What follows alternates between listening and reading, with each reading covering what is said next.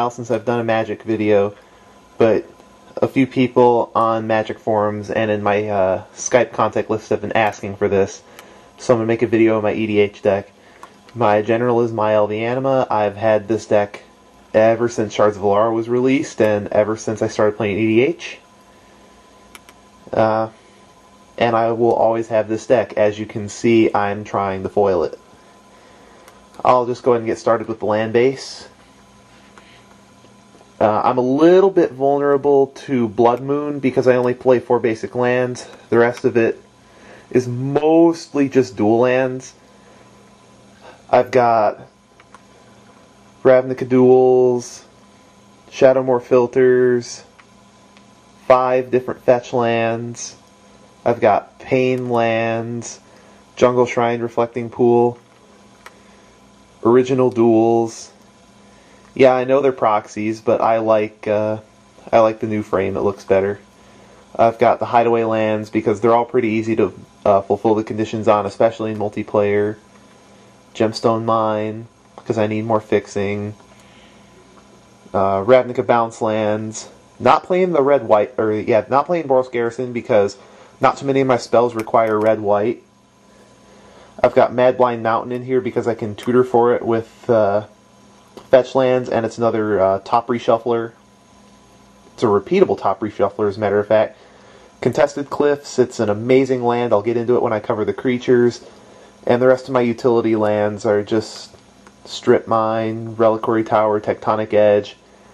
I don't have a Wasteland, unfortunately. Moving on to the creature base, I want to have enough beasts to make sure I can use Contested Cliffs. So I've got 8 beasts. Considering I have several ways to tutor for Contested Cliffs, I shouldn't have a problem using it. Krosan Tusker is in here because it's mana fixes, otherwise it's just a Mayael target. What I do is I try to make as many of my utility slots as possible also creatures with power 5 or greater. So even if they have mediocre effects, I can still increase my probability of flipping over Fatty. Vagrant Plow Beasts lets me regenerate my team if I get like Lava Lanched or some other damage-based sweep or even Day of Judgment. I do run Day of Judgment in this deck, as you'll see. Paleoloth is a bit of a recursion engine. Lets me get up on card advantage, because that's one thing this deck is really missing is card advantage. Doesn't have a whole lot of it. Rampaging Baloths is particularly sick with Kavulair because it turns every land I play into a 4/4 beast, which in turn lets me draw another card. Spearbreaker is one of the best cards in this deck because I can make my team wrath-proof. Spellbreaker is mainly to fight blue. It's honestly not that good, but it's needed to fight blue. Greater Gargadon lets me do something turn 1. It's a sack outlet and it's humongous. And Godsire is one of the best fatties that I can play in the whole deck. Then I've got the big 3 Eldrazi and If It Betrays. Should be pretty self-explanatory. I've got a few angels in here. Razia, because foil Razia looks awesome and she's not bad. If I wanted to be optimal, I wouldn't play her. I've got both of the Chromas in here because they're amazing. A Chroma Angel of Wrath is the best white finisher ever printed. Admonition Angel turns all my lands into quasi-removal, and this is the reason why I try to keep my fetch lands open as long as possible. Baneslayer because she's, well, Baneslayer, and she looks awesome in foil. I've got Iona in here because, well, she's ridiculous in that she shuts down a monocolored deck completely. I've got Yosei in here for political applications and that it just says don't attack me. Bogarden Hellkite, it is sometimes you get a ton of fatties stuck in your hand. It isn't bad with that one because you can cast it in instant speed and it's 5 damage. Scourge of Carriages is basically a repeatable wrath effect. Blazing Archon says go attack somebody else. Mosswort Bridge Trolls, very hard to kill, and it's a alternate win condition with Mayael's Aria, which I play. Stalking Vengeance is really nice because it basically says don't wrath. Vigor protects my team from damage-based spells, and it's particularly sick with the Scourge because I can pump my whole team by 2 every turn. Woodfall Primus is a staple in this deck because it destroys non-creature permanents, and it's actually part of an infinite combo in here, the only infinite combo in the deck.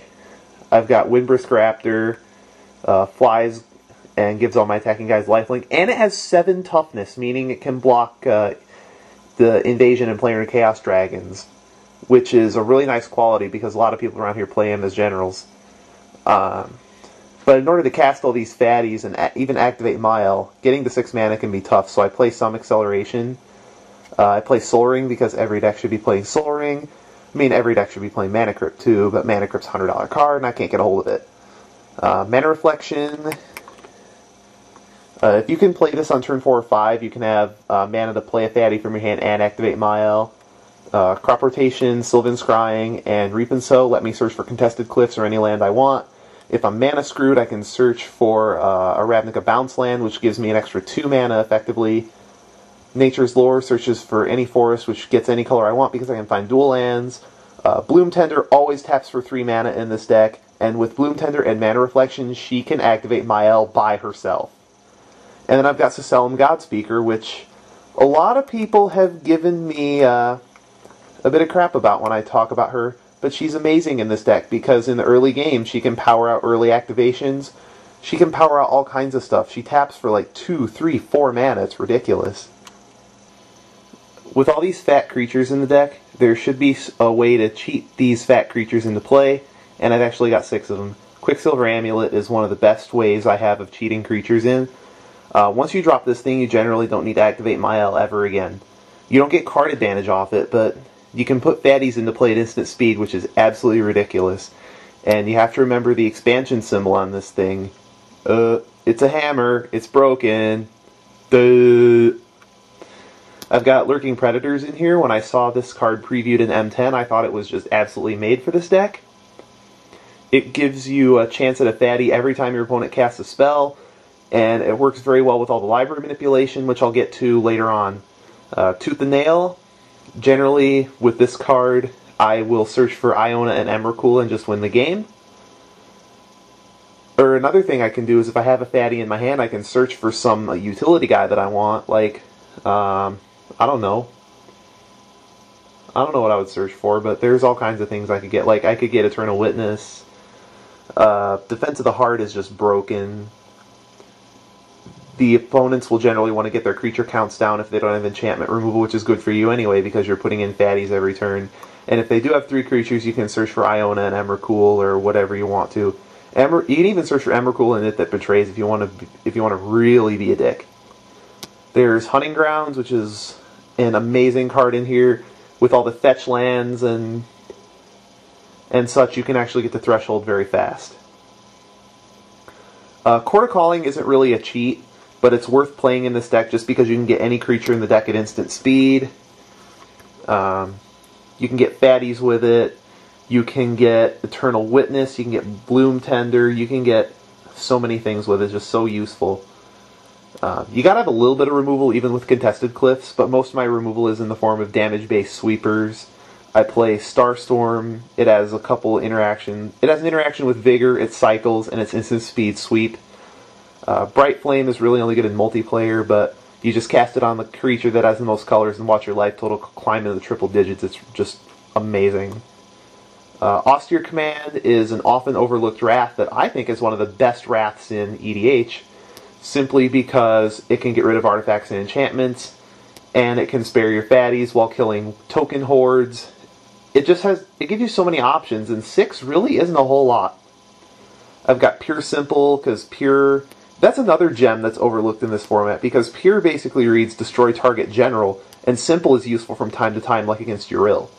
Day of Judgment. The reason why I'm not playing Wrath of God is because I want to allow for regeneration.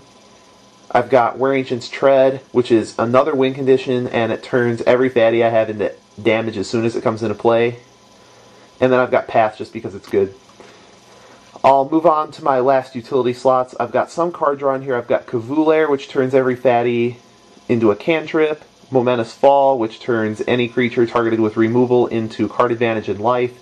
And Greater Good is just broken in this deck, just because it's repeatable card advantage, and you can draw a lot of cards with the size of your creatures. I've got Lightning Greaves, Privileged Position, and Steely Resolve to protect my general. And on top of that, you can actually lock Rofellos out of their Staff of Domination combo if you set Steely Resolve to Elves instead of Shamans. For library manipulation, I've got Whirly Tutor, which effectively reads 7, search for a creature and put it into play. I've got Sensei's Divining Top, and I've got Scroll Rack, because you can, with Scroll Rack, you can put a fatty on top, fatty and a bunch of garbage on top, activate Mayael and shuffle that garbage to the bottom. Rings of Brighthearth lets Mayael activate twice in one turn. You can double activate Fetch Land, Strip Mine, just go nuts. Jit, because it's good. Crucible Worlds for fetches. Mighty Emergence is in here mainly for flavor and fun, but there's actually an infinite combo with this card. If you have Woodfall Primus, Mighty Emergence, and a sack outlet, you can destroy all of your opponent's non-creature permanents. Mayael Zarya is another win condition. And the last card in my deck is Eternal Witness, because it should be in any green deck.